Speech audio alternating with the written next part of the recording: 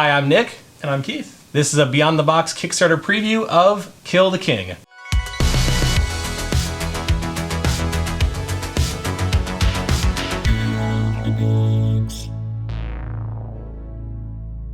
So Kill the King is a Kickstarter that is going to go live on September 6th. It is from Tompet Games. We appreciate those guys. They're out in Norway. So the main objective of this game is to kill the king. Pretty straightforward. So Keith's going to play as the white army. They're the defenders. And I'm going to pick the black army, and I'm the attackers. So this is a print and play version, and it's going to look a lot nicer, obviously. What we're doing is I'm going to be in this castle. I'm going to try to defend my king, and what he's trying to do is go from his side and climb the walls, destroy the walls, break down the door, anything he can to come into this castle and kill my king. So the first thing that you do is you roll a dice to decide who wins and gets to decide if they want to attack and defend. Obviously, we already did that because I'm going to pick the black army and Keith's going to pick the defenders, who are the white army. So the black army gets 90 points to select their army. The white team gets 45. So the first guy that I'm going to take for my army is the Infantryman. And you can see up here, it's got his stats. So his movement speed is a 3, his attack is a 3, and then these numbers around his emblem is actually his defense. So if he's defending from the front or the sides, it's 3, and if he's being attacked from behind, it's only a 1. So definitely need to stay away from that. Since I'm defending on a wall and I'm up a little bit, I'm going to go ahead and pick an archer. They're really good at range, but they have no attack in the space immediately in front of them. But it scales off 3 other spots after that. They're going to get so no attack there because they can't do hand-to-hand. Then they're going to get attack here, here, and here. So that's really good since I'm defending. So that's my pick. So for my next pick, I'm going to take the Spearmen, and what they're good at is when they're attacked by the Calvary, they actually get 1 extra defense. They're not super quick, just a 2 movement, but they're pretty helpful just in general. So I'm going to pick a catapult. They are extremely deadly, but extremely expensive. They can only move once or attack once in 1 turn, but it'll kill spaces 3 away and up to 6 away. And when it kills something in that location, it's going to hit that and spaces side to side and front and back. So the last 2 units we haven't talked about is the Calvary and the Battering Ram. Now the Battering Ram, that's exclusive to the Black Army, so it helps them get through this castle gate up here. And so they're a free unit for the black team. The Calvary are awesome. They move super far. They have 5 spaces, and they are super deadly. As you can see, they have a 4 for their attack, or sorry, a 5 for their attack. And then they defend fairly well, too, with a 4 and 2 3s. All right, since, again, I'm still on the wall, I'm going to grab more of these wonderful archers, because they are going to save my life, hopefully. So after you have selected your armies, with the 90 points for black and 45 for white, you put a wall up between the 2 players, and you arrange your army. And you can see I've arranged my army just very symmetrical, because I'm very OCD. Keith has his laid out according to what he thinks is best for the defense of the castle. And the last thing that you do before you actually start playing is you choose a leader. There's 4 of them. I'm going to go with the knight. What they do is every unit around them gets a +1 in their attack. So I'm actually going to stick the guy right in here on the board. There we go. And then Keith, which one did you take? I'm going to go ahead and take the engineer. What he does is the catapult can only move 1 space or attack. What now he can do is do both in the same turn, as long as this engineer is right next to him. And then the last thing here before we actually get started is the Battering Ram actually can't move itself because it's a giant piece of wood. So what you do typically is just put a unit on top, right, like that. So then this infantry character is now holding the Battering Ram and moving forward under the normal move rules for that unit. So you can use the Spearmen, the infantry, or the archers to move the Battering Ram.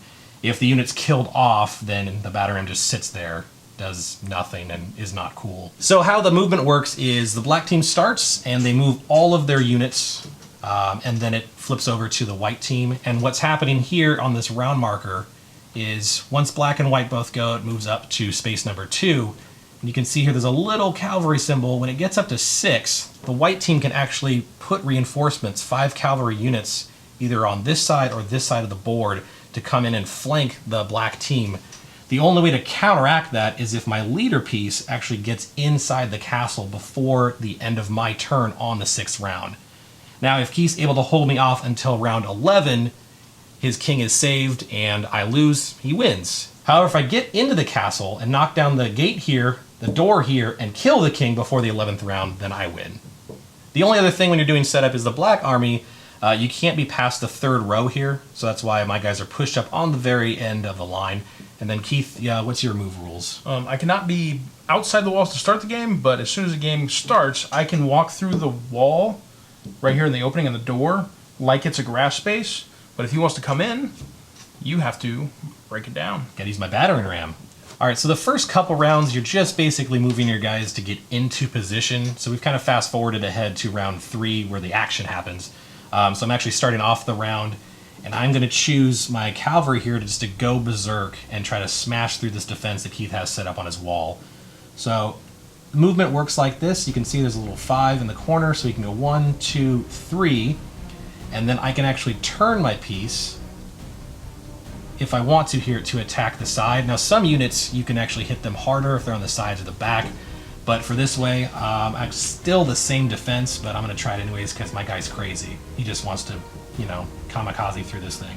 So the cavalry, you can see there's a little fist there in the top corner with a 5, and that is his attack value that he needs to roll at or less. So anything but a 6 and I hit Keith, or have the potential to hit Keith. And look at that. Alright, so he took a hit at me. So now I get to use my defense, and your defense is based on which way your guy's looking.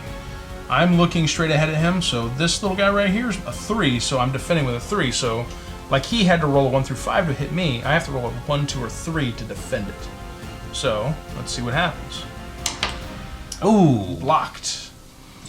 So blocked, so the attack does nothing, and I continue my attacking here. So I'm going to try to move these guys forward a little more. 1, 2, 3, 4, and 5. And then spinning doesn't actually count as a movement for these units. So I'm going to take a crack at these spearmen here. I didn't want to attack them head on because they have that extra 1 defense there. So 2.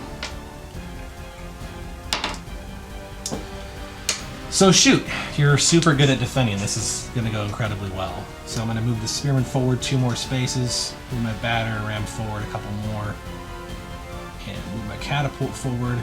So I'm moving my catapults here into range, so they're now 1, 2, 3, 4, 5 spaces away from the center of his army right there. Now since I moved already with them, I can't actually attack, but next turn, hopefully, Keith has just stayed there and let me... No, not going to do that? Okay. No. I'm going to continue moving my guys here. 1, 2, 3, 4, and I'll just put him right there. I'm going to get a little defense there. So here's something very important. When you're moving your players, you have to move your complete turn and then go to another chit. You can't just move one halfway, then move another one, and then move it again. All right, so I've got my army set up. See if Keith wants to attack or he's going to stay back and defend. Okay, so what I'm going to do now is I'm going to do what he wanted to do. I'm going to go 1, 2, 3, move my engineer up, and what that does is that allows me to move my catapult up and then attack with my catapult. No! What he's going to do is go 1, 2, 3, 4, 5, 6. I want to hit this guy though because I'm going to get more damage that way, right? So I'm going to aim for that guy. So what that does is that kills his leader. And that's very, very bad. What happens for that one, they all have a negative thing when you kill the leader. And since he has the knight, all of his own units lose 1 defense until his next turn. So for the rest of this turn, he has 1 less defense on all of his players. So what I'm going to do is try to wreak havoc. Another special thing with this game, normally you can't shoot with space between you and the character, but when they're down at the bottom of the wall and you're at the top of the wall as an archer, you can. So, what that adds is another 4 spots. You're going to go 4, 4, 3, 2 for your damage roll. So I have to roll a 4 lower to attack that knight. Let's see what happens. Good luck, but not really. Here, let's just say I didn't get it. I didn't get it, so he's safe. Alright, so now I'm going to turn my wonderful little knight, or my wonderful little spearman, actually, And I'm going to try to take out that Calvary guy. The sad thing is, he only rolls 2 or less. So let's see what happens here. That is a 3. That does not do a... You're attacking so good. I appreciate you. Yeah, I bet you are. Alright, so I'm going to move this guy over here and try to attack that little knight. Let's see what happens there. You still rolled a 2. Yeah. So, hit. So now he has to roll a 2 or less because of his defense is down because his leader died. Yep, normally that would have worked, but yeah, because my leader was foolishly killed, I lost another cavalry. Yeah. Another really tricky thing is like making sure that you don't move the same person twice is kind of difficult. Yeah. If you go left to right, right to left, you're just going to have to figure out a way to make it make sense for your team or whoever you and your opponent are. So this guy can move 3 spaces. 1, 2. Let's see if I can attack him from the west. No, I cannot. This guy. 1, 2. All right, let's see if I can shoot him from the back side of the wall, huh? I'm really dead set on taking this guy out. You'll get him eventually. Just perseverance. Attack. All right. And it's a block. And a block. Ugh. All right, 1, 2, and then I want to attack the guy. You're gonna attack the guy holding the battering ram? Yeah. That's not nice. Why not? Because it's just rude. Hit. Ah. Again, 2 or less. He dies. So this unit, the infantry here, is killed off, and the battering ram just gets to sit there. I'm gonna put this guy here to help protect the wall, and we are good to go. So that's going to move the round up to 4.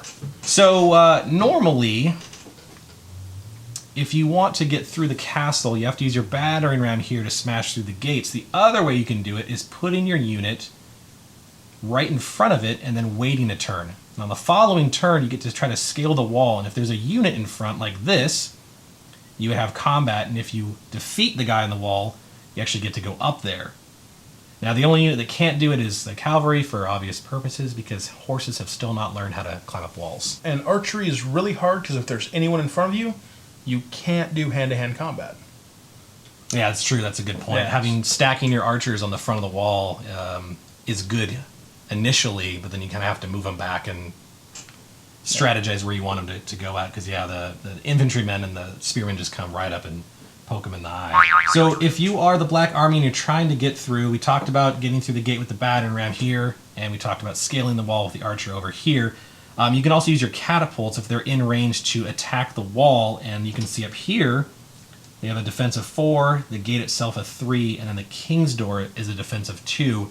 And if you actually are successful on an attack with the catapult, you get to put one of these tokens up here showing that the wall has been destroyed. And a bonus, if the White Army has a unit in that space, then there's potential for them being killed off completely when the wall is destroyed.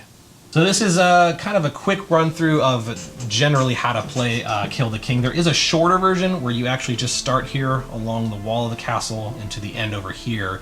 So you don't actually use the full castle, and you just kind of go small scale skirmish head to head. So I think the thing I liked best about Kill the King was just it's simple in the rules what you're doing. You know, you're either the black team or the white team. You're trying to get into the castle gates or defend off the attackers. But there's a lot of strategy with the units that you pick and the leader you take, and just kind of it's like almost like chess to me, where one move has repercussions many turns later. I think that's a really fun aspect to the game. I really like the strategy as well. I like the replayability because you can always get different leaders. You can play opposite teams. How you start the game, like how you strategize what you put on the field. I really like it. So Kill the King starts on September 6th on Kickstarter.com. For more information, go to killtheking.no. For Beyond the Box, I am Nick. And I'm Keith. Please like and subscribe to our channel. Thank you so much for watching.